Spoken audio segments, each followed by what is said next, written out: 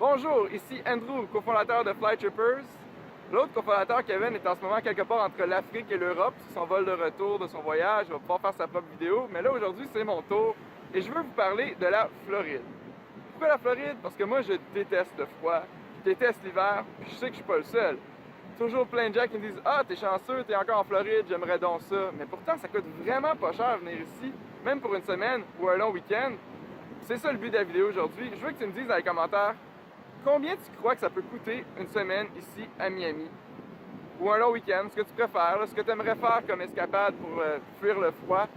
Dis-moi ça. Combien tu crois que ça peut coûter au minimum venir ici en Floride? Tu pourrais être vraiment surpris. En fait, je suis sûr que vous allez tous être surpris parce que c'est pas mal moins cher que les gens se l'imaginent.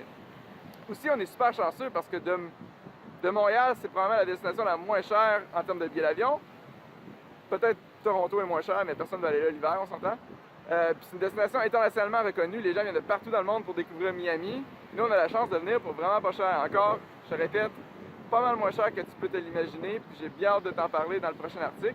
Donc si tu as aussi des questions sur la Floride, sur Miami, je suis venu probablement 30 fois, j'ai pas vraiment compté, mais je connais quand même assez bien ça. Ça me fait plaisir d'y répondre à toutes tes questions sur cette destination, sur comment tu peux justement fuir l'hiver, fuir le froid pour vraiment pas cher.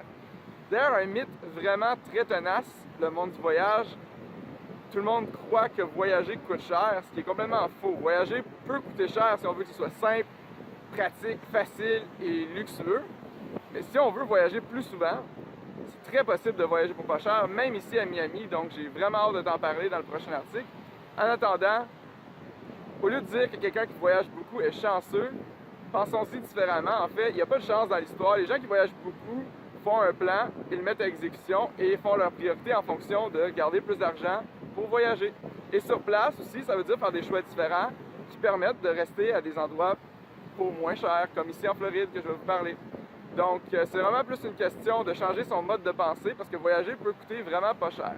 Et si toi, tu veux voyager plus souvent, j'espère que c'est le cas si tu suis Flytrippers, si tu veux en faire ta résolution 2019 de voyager plus souvent, tu vas bien faire de nous suivre parce qu'on a beaucoup de contenus qui s'en viennent pour justement t'aider à voyager plus souvent en 2019 et à t'apprendre comment tu peux allonger tes voyages, voyager plus souvent ou juste simplement économiser. On a bien hâte de t'en reparler. Donc, voilà pour la vidéo très courte de ce matin.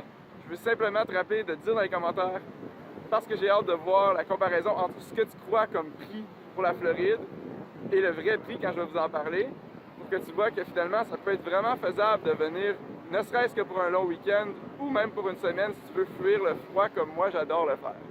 Donc voilà, merci beaucoup, bonne journée!